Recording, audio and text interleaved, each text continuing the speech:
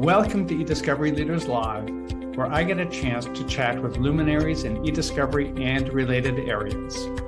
This broadcast is sponsored by Reveal-Brainspace, the industry's leading AI eDiscovery platform.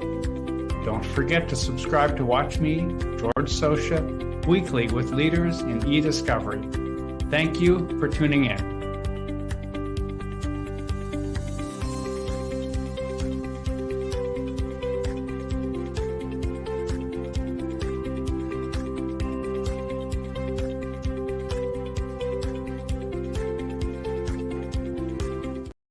Welcome to eDiscovery Leaders Live, hosted by ACEDS and sponsored by Reveal. I am George Socha. I head up brand awareness at Reveal. This week, we are broadcasting live from ILTACON 2023 in Orlando with inevitably all the background noise, squawking microphones, and whatever else that are going to interrupt us along the way. On each episode of eDiscovery Leaders Live, I get the chance to chat with luminaries in eDiscovery and related areas. Past episodes are available on the Reveal website. Go to revealdata.com, select resources, then select eDiscovery Leaders Live. Our guest today is Scott Milner. Scott is a partner at Morgan Lewis. Scott, thanks for joining me. Thanks for having me. I love being out in the wild of ILTA. It's fantastic. So how wild has the wild of ILTA been? We just started, so it's just getting going. But today it should be fun with the exhibit hall opening and starting to see and get a chance to look at all the new tech that's coming out. Anything in particular you're looking forward to this week?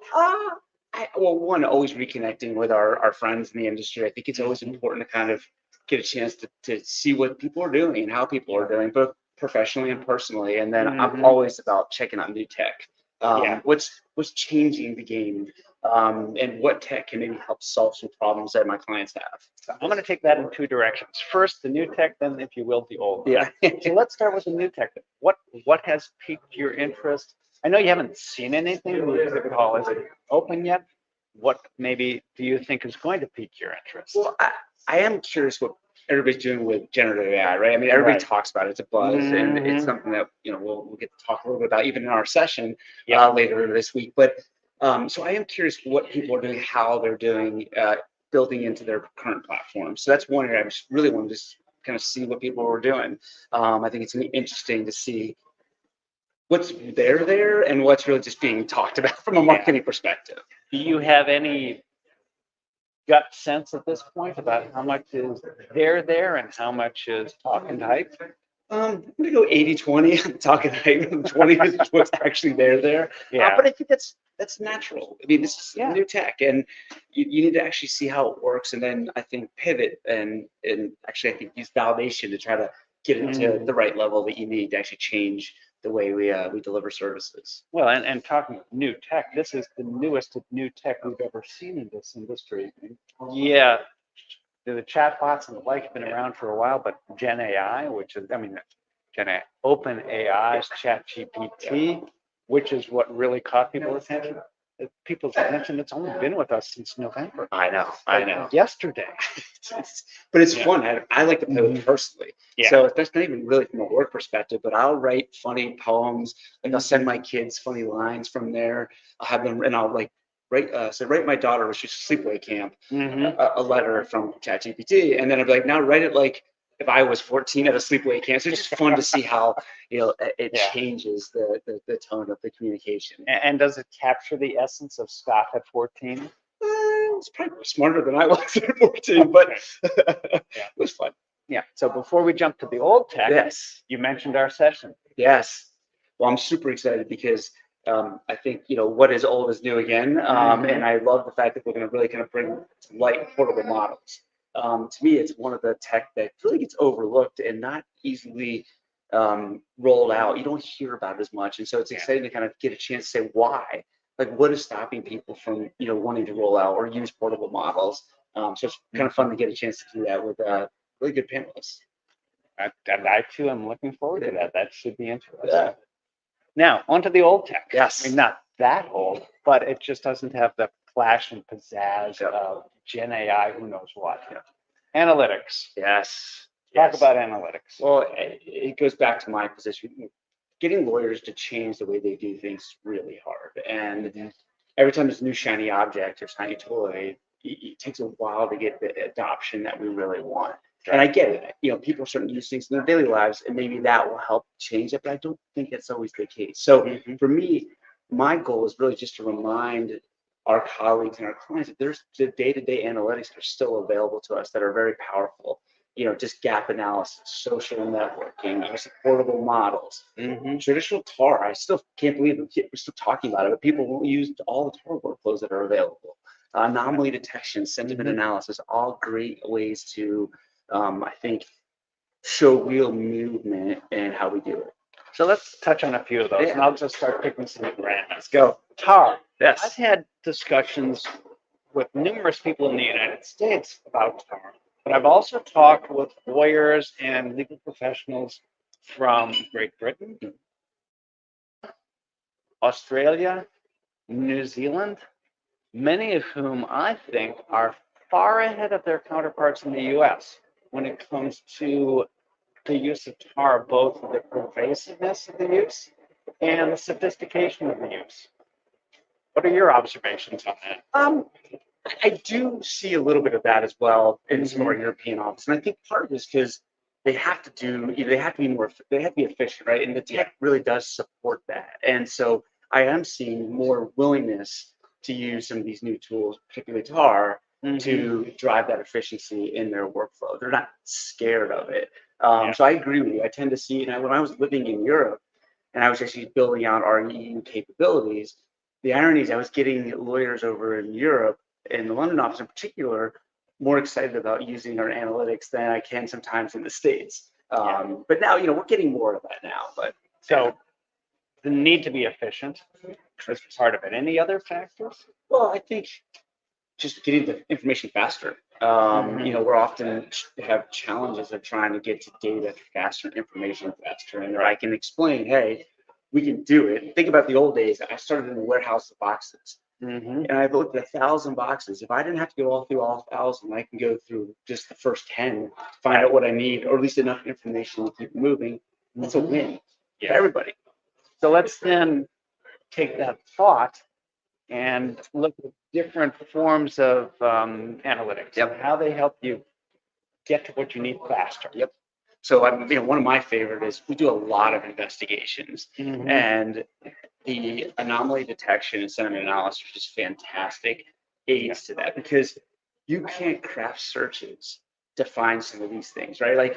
So I probably told the story about billion times, but it's a great learning experience. Early on, I threw my entire email into an analytics platform that had sentiment analysis. It was XLP and Brainspace. And I actually then would play through my emails to figure out, what am I looking for? So one of the fun things is the anomaly detection showed me that I was communicating with one of my associates 49 times over a 1-week period, and that was inconsistent in the communication with that same associate. Now think about this. If there was a harassment allegation against me, how do you run a search to say, hey, was Scott really harassing this person? You can't do it. You can't do it. So how would you? You couldn't do it with keywords. Correct. So the idea that I could look at that, card and say, hey, maybe this is an area to start, doesn't mean anything was wrong. Right. And I do remember it was actually just worked on a really tough case that we had to communicate a lot over a weekend. But that was different. Yeah. And what do you, so we set some baseline. What do you mean by anomaly detection? So anomaly detection is, you're the subject matter expert, but so I don't know what I'm telling you, but I'm asking you. I know. So anomaly detection is the idea is it will look at trends in the information and what stands out, but it doesn't mean it's standing out for any bad reason. It just tells you, hey, you may want to look here. So again, going through my old email was, different types of communications with people, maybe using a certain phrase that was inconsistent with the rest of my terminology. So it was looking for anomalies in the actual data that you presented to the tools itself. I've heard, again, jumping about a bit. I've heard criticisms of sentiment analysis as being insufficiently accurate, as being too biased, as not understanding how your expressions of sentiment are different from my expressions of sentiment. Do you run into these challenges? Do the tools you use have ways for compensating for this? Well, I mean, no technology is perfect, and I think that's the struggle. We find that people think an out of the box tool is going to be and solve all problems, and I find that not to be because I need to know how to use the tools, Right. and I need to know how to validate the findings. So is sentiment analysis perfect? No, but it's an indicator to help supercharge my brain working through the data. Yeah. And that's why when we say artificial intelligence, I like to call it augmented intelligence. Everybody's heard me say this a billion times, but Yeah. it really is augmenting what we're doing. So Mhm. as for how we course correct, obviously I'm looking at it, I'm using the sentiment analysis, but I'm also then flagging the inaccuracy so that hopefully get better and better and better Right. as the data learns, how we work. Yeah. So TAR, anomaly detection, sentiment analysis. You mentioned portable models. Yeah, so portable models is a great way to take learning and use it, over a whole portfolio of cases. And so, we're looking at ways to use it for, identification of PII and PHI. We do a lot of, cyber and breach cases where you can't review every data document, so you need tools that help. Or looking at ways to do anti-corruption and bribery. Again, so it's using the knowledge of the subject matter experts and then being able to apply it over and over and over again. And so, it's another, I think, tool in the toolkit that we use. Yeah, kind of like an expert in the box. Correct. Right? Yeah, I love that.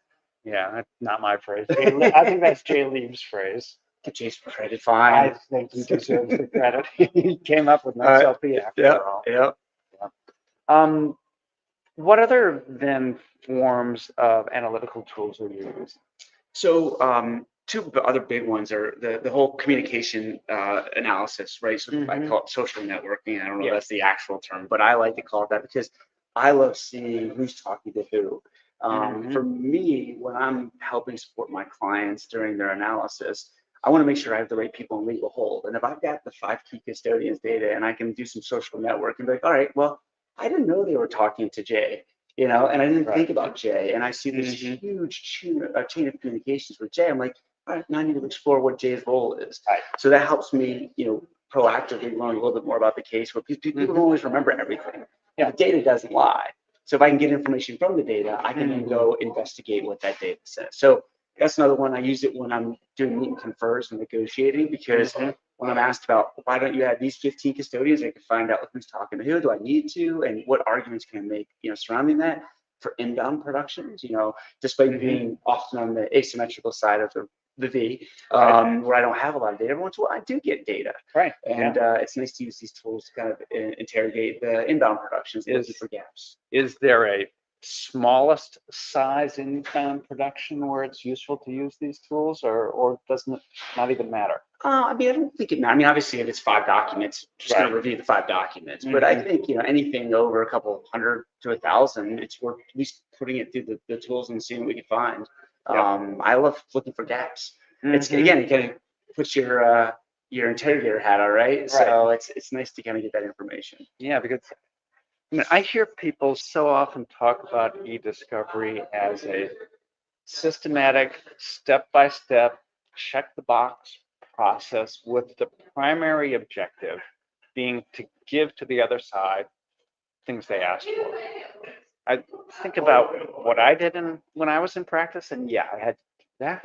That was never what I was interested in. That was never what the client wanted to pay for, and that was never what was going to advance our case. It was the exploratory work, trying to find something useful and valuable for my purposes. Yeah, well, that's a key point. Sometimes we talk about costs and how to do this, but I'm ultimately looking to resolve the case with a good outcome for our clients, right? And you need information to do that. And so if I can do anything to put data faster to the client, my teams, to help with a successful resolution of the matter, that's a win to me. Yeah. And I think that's what these tools, are good for. And that's what you need them.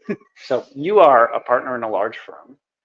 You cannot be the only person in the firm using these tools.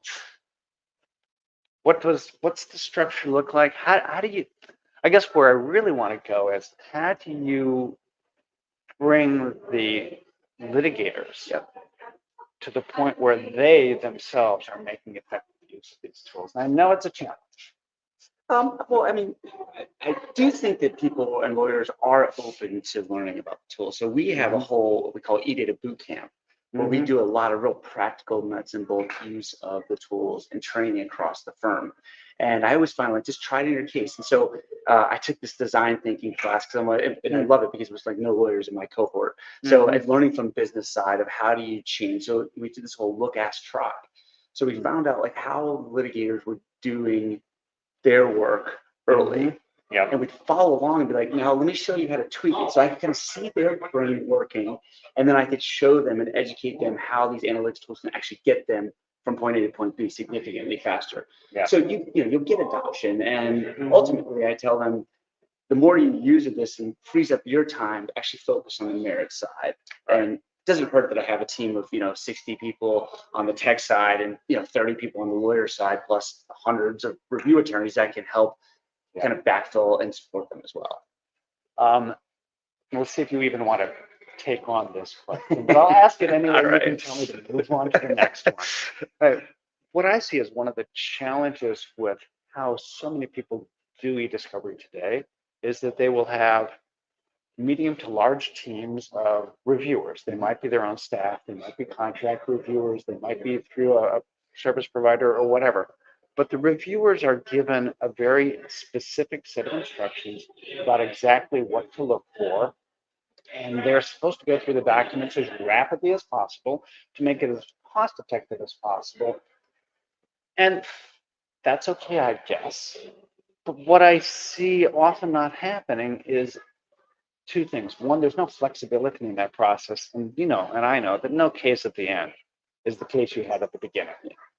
And then two, I often don't see effective mechanisms in place for those reviewers to get insights back to the people who really can do something useful with them. What are your thoughts about that?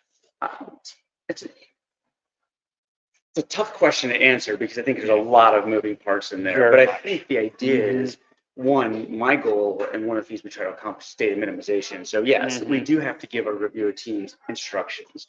But what we try to encourage is the feedback loop that you're suggesting, which is we have often a regroup with team meetings. Right? What are you seeing in the data? What are we learning from the data? We do early auditing of a lot of the work because I think that also gives the case team, when they draft these protocols, they generally don't have a big view into the data set that they're working on. So it's very much like, all right, here's my theory of what's going on. And so that's why we use the feedback loop and get them calibration sets, and we try to give them visuals of what's the data showing to see if we need to tweak the protocol itself to get that feedback. So a couple of questions on that. Yeah. One is, what does that early auditing look like? Well, I'm big on qualitative and quantitative. So my idea is, all right, I'm doing the random sampling early on for the coding and what we're seeing, but then it's like, all right, what is most important in this case? What are we looking for? Let's focus. So it could be that I'm using and pairing some of this, the analytics tool. So maybe like, all right, hey, we've got a lot of documents that are non-responsive in this cluster for this concept group, but this looks pretty relevant. Let's just audit that quickly to see whether maybe we're just missing something or we didn't know something that we need to fix overall. Yeah. And the second, you mentioned visualizations. To what extent do you take any of the e-discovery visualization capabilities and use those at a meet and confer, at a hearing, in the courtroom, in some other context? Yeah, not enough. Something I think that we need to get people more accustomed to doing. I'm big on data. I think data can support your arguments. So we're looking at ways to get people to think about the visualizations of, all right, if you're asking for 50 custodians, 500 search terms, you're getting 2 million. If I can show some visual about what that looks like and the ultimate burden and cost, you usually get some renegotiation. Yeah, and then that can work well when you're sitting down in person or virtually with opposing counsel. What happens when you get into a courtroom and where it's a hearing and you're eliciting testimony? Yeah, I mean, I have not personally used any kind of visuals in that sense. It's more, it's, I won't say argumentative, obviously, but it's more a dialogue and sometimes educational to explain what was being asked. If I'm actually in front of the judge and I have to do this, it's usually because we couldn't come to a resolution. My goal, of course, is to come to a resolution when possible. But with how to present it, I've had to present the information like, here's what we're being asked to do, here's the actual impact, and here's the overall cost. So we'll do a lot of, we'll say, discussions and hearings with judges on search terms and trying to come to that resolution. And so at that stage, you're not putting witnesses on the stand. That's correct. Okay. And how effective do you find that to be with judges? I do think that the judges are understanding and appreciative of the burdens and levels of burdens there. So, it's one where we just have to make sure we understand our case and we understand the issues and we present them, and hopefully we've got it, ability to educate as needed. Okay, so let's step back a little bit. I want your thoughts on the general trends that you're seeing out there in the world of e-discovery and related areas. I mean, as somebody not familiar with EDRM like yourself, EDR what? One of the big trends I'm seeing is the rededication of resources to information governance and cleaning up your data. And I'm seeing a lot more focus on that. And I think that's partly, obviously, the rising cost of rediscovery, the fact that there's just data everywhere, right? There's data in every device, and there's only more emerging technologies coming out there. And then obviously the cyber risk. And we're seeing a lot more money invested now in trying to get your hands around the data and get rid of what you don't need. And I think that the privacy piece is another big area, because we all know, if you're a global organization, these fines outside of the US are not insubstantial. So historically, e-discovery has been an area where, by and large, corporations feel they don't have a choice but to spend the money because the work has to be done or big problems ensue. Information governance has historically been an area where it would be nice to spend the money, but other budgetary items become more pressing. The money doesn't get spent. It sounds like you see a change there. But I know you mentioned something. So what specifically do you think is driving that? I do think the cyber is probably one of the biggest areas, because I was reading a study that said that in a data incident or breach, the cost is $150 a record that was impacted in a breach. Oh man, yeah. I mean, not insubstantial. So no, I mean, because our total cost for dealing with a record in e-discovery, whatever they are, I think rarely come to $150 per record, right? Correct. And that's the study that I was going. So when we're asking clients are asking us, like, what do we need to do? They've now got some, I think, information to get the investment into the IG program that maybe wasn't available previously. This would have been in the mid 2000s, I think, early to mid 2000s, maybe a little earlier. Jim Mikrowitz, I don't know if you know Jim. I know Jim really well. Was working at DuPont. Yeah. And he was in charge of e-discovery. He is a metrics guy. He was collecting a lot of information about how much it cost to do e-discovery. He put together a package and went on a road tour internally in the company and externally to the world with one message to deliver, which is the better you do at information governance, the less you're going to have to spend on discovery. I don't think he ever really captured people's attention the way he ought to have been able to do. I don't think there was anything wrong with his delivery or the message, but the market wasn't there.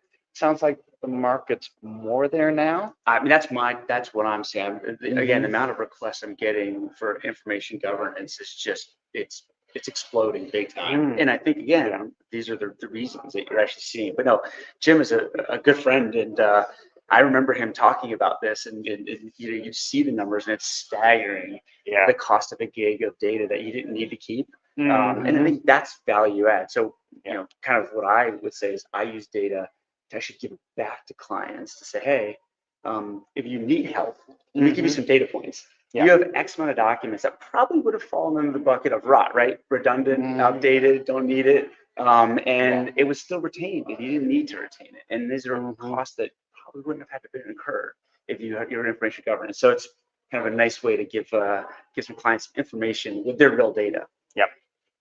What else? The conference circuit. We're here at ILTACON. We're heading into conference season. What are you looking forward to? Well, I mean, there's the And falls. you were just at a few things as Yeah, well. the fall's always a great time. They reconnect with Mhm. industries and the friends there, and so you got obviously EDI and you got Georgetown to look forward to. Mhm. We're always big fans of UF, so already Right. previewing that for early 2024, Yep. 2024, and That'll I be just our 11th annual, I believe. that's right. Yeah. But yeah, I had a chance to get over to Europe and spend some Mhm. time at the ABA Cross Border, which was incredible. They had great list of speakers, really talking about the data flows and some challenges in their perspective. And any top level insights out of that? I mean that obviously in the U.S. we have a different view of privacy, right? And I think as in privacy. correct. And I think that's something just hearing again their perspective, why Mhm. there's such an importance around Right. privacy. Yeah. And I got to be up and visit my colleagues in London in the Paris office and do Mhm. some CLEs on kind of using AI to supercharge your practice. Yeah. So a lot of fun stuff. Great. Yeah. Well, Scott, thank you so much for joining me today. Always a blast, George. Thanks for Always having me. great. Scott is a partner at Morgan Lewis. I am George Socha. This has been eDiscovery Leaders Live, hosted by ACEDS and sponsored by Reveal. And Scott, thank you Thank so much you. as always. All right. Enjoy your ILTA. You too.